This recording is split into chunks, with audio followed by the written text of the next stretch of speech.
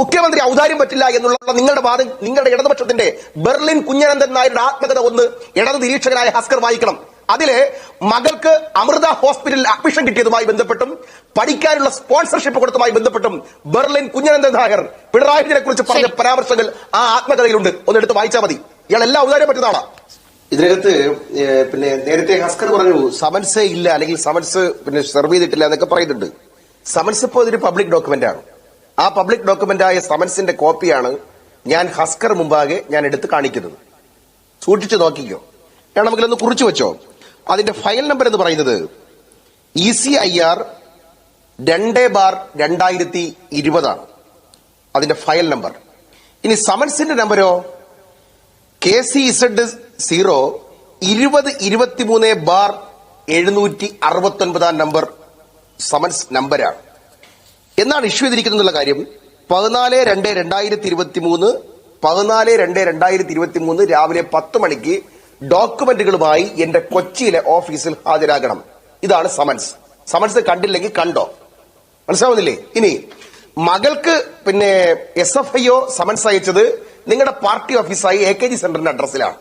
മകന് ED notice അല്ല summons അയച്ചത് ക്ലിഫ് ഹൌസിലെ മുഖ്യമന്ത്രിയുടെ ഔദ്യോഗിക വസതിയുടെ അഡ്രസ്സിലാണ്. രണ്ടും മാറിപ്പോണ്ട. ഇനിയാണ് പ്രശ്നം. എന്താണ് പ്രശ്നം? ഇതെല്ലാം ഒതുക്കി കൊടുത്തത് RSSുമായി ബന്ധമുള്ള BJPയുടെ ഒരു അഖിലേന്ത്യാ ഭാരവാഹി ഇടനിലക്കാരനായിരുന്നുകൊണ്ടാണ്. ആ ഭാരവാഹിയുടെ പേരൊക്കെ എന്റെ നാവിന് മുമ്പിലുണ്ട്. ഞാനായിട്ടത് പറയുന്നില്ലതേ ഉള്ളൂ. BJPയിൽ നിന്നും പാലക്കാട് നിന്നും ദേശീയ തലത്തിൽ ഭാരവാഹിയായി പ്രവർത്തിക്കുന്ന RSS പശ്ചാത്തലമുള്ള BJP നേതാവാണ് കരുവന്നൂരിലെ ബാങ്ക് കോഴക്കേസ് ഒതുക്കി കൊടുത്തത്. മകളുടെ മാസപ്പടി കേസിൽ കേരളത്തിലെ മുഖ്യമന്ത്രിക്ക് പ്രാതൽ കഴിക്കാൻ ക്ലിഫ് ഹൌസിൽ നിർമ്മലാ സീതാരാമനുമായി പ്രാതൽ കഴിച്ച് കോർപ്പറേറ്റ് അഫയേഴ്സ് മന്ത്രാലയത്തിന്റെ കീഴിലുള്ള SFIയെ ഒതുക്കാൻ ശ്രമം നടത്തിയതിന്റെ പുറകിൽ പാലക്കാടത്തെ നേതാവാണ് കേരള ഹൌസ്. ക്ലിഫ് ഹൌസ് അല്ല, ഡൽഹിയിലെ കേരള ഹൌസിൽ. എനിക്ക് തെറ്റിപ്പോയതാ. മൂന്നാമത്തെ കാര്യം, ഈ പറയപ്പെടുന്ന മകനുമായി ബന്ധപ്പെട്ട കേസ് ഉൾപ്പെടെ എല്ലാ കേസുകളും ഒതുക്കിയതുമായി ബന്ധപ്പെട്ട് പാലക്കാട് നിന്നുള്ള ദേശീയ ഭാരവാഹിയാണ്. ഇനി എന്തിനാണ് ഒതുക്കിയെന്ന് ചോദിച്ചാൽ നിങ്ങൾ കൂട്ടി വായിക്കേണ്ട ചില കാര്യങ്ങളുണ്ട്. എങ്ങനെയാണ് ഒതുക്കിയത്?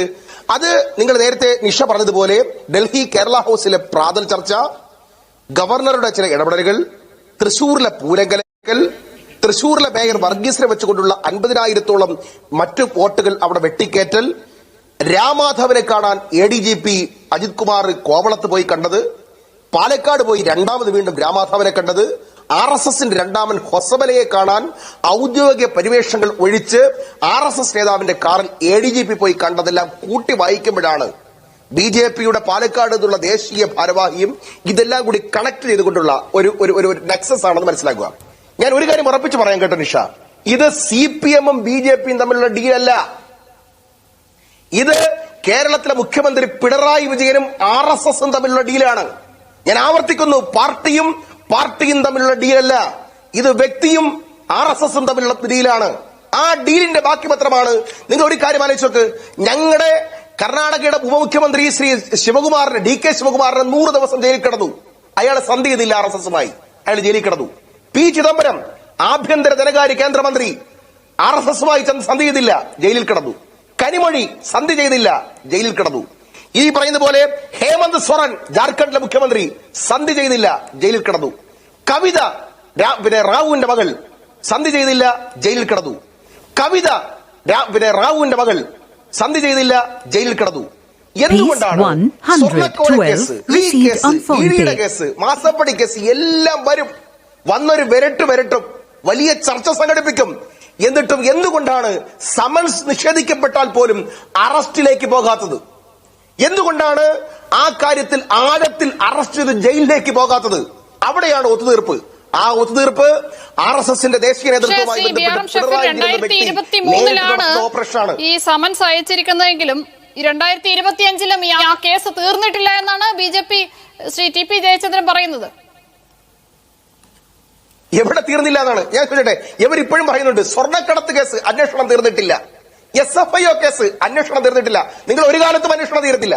കേരളത്തിലെ മുഖ്യമന്ത്രി അദ്ദേഹത്തിന്റെ അവസാന കാലഘട്ടം വരെയും ഈ അന്വേഷണം നിങ്ങൾ വലിച്ചടയ്ക്കും. ലാവ്ലിൻ കേസ് വിചാരണയ്ക്ക് വരും. ഇത് 43 തവണ മാറ്റിവെച്ചു. ഇദ്ദേഹം മുഖ്യമന്ത്രി കസേരയുടെ കാലാവധി ജയചന്ദ്രൻ മറുപടി പറയാം. ടെന്യൂർ കാലാവധി കഴിയുന്നത് പറയും. ഒരു കാര്യം കൂടി പറഞ്ഞുകൊണ്ട് അവസാനിപ്പിക്കും. ഒരു കാര്യം, ഒറ്റ കാര്യം കൂടി. ബി എൻ ഹസ്കർ പറയേണ്ട ഒരു കാര്യം, ഔദാര്യം പറ്റില്ല. ഒരു മിനിറ്റ് ഞാൻ ഇപ്പൊ ബി എൻ ഹസ്കറിനോടാണ് സർ, ബി എൻ ഹസ്കറിനോടാണ് അദ്ദേഹത്തിനോട് ഞാൻ മറുപടി കൊടുത്തില്ല. അതുകൊണ്ടാണ് ബി എൻ ഹസ്കറെ ഒരു കാര്യം നിങ്ങൾ പഠിച്ചോ. മുഖ്യമന്ത്രി ഔദാര്യം പറ്റില്ല എന്നുള്ള നിങ്ങളുടെ വാദം, നിങ്ങളുടെ ഇടതുപക്ഷത്തിന്റെ ബെർലിൻ കുഞ്ഞനന്ദൻ നായരുടെ ആത്മകഥ ഒന്ന് ഇടത് നിരീക്ഷകനായ ഹസ്കർ വായിക്കണം. അതില് മകൾക്ക് അമൃത ഹോസ്പിറ്റലിൽ അഡ്മിഷൻ കിട്ടിയതുമായി ബന്ധപ്പെട്ടും പഠിക്കാനുള്ള സ്പോൺസർഷിപ്പ് കൊടുത്തതുമായി ബന്ധപ്പെട്ടും ബെർലിൻ കുഞ്ഞനന്ദൻ നായർ പിണറായി വിജയനെ കുറിച്ച് പറഞ്ഞ പരാമർശങ്ങൾ ആ ആത്മകഥയിലുണ്ട്. ഒന്ന് എടുത്ത് വായിച്ചാൽ മതി. ഇയാൾ എല്ലാം ഔദാര്യം പറ്റുന്ന ആളാ. ശരി ശരി ശരി ശ്രീ ടി പി ജയചന്ദ്രൻ